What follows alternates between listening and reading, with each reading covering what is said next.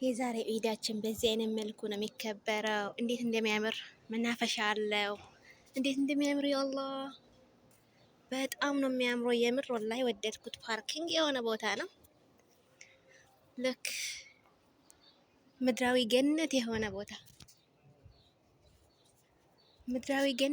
ቦታ ነው። እንግዲህ ልከበር የመጣ ነው። በጣም ወድጄዋለሁ። የምር ለመናገር በጣም ነው የወደድኩት። የምር በጣም ያምራል። ኢድል አድሃ ነው። ቴምር እዛ ጋ አለ።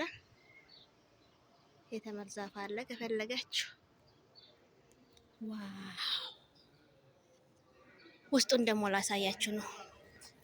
አምሳውር ላ ማፊ ሙፍቶ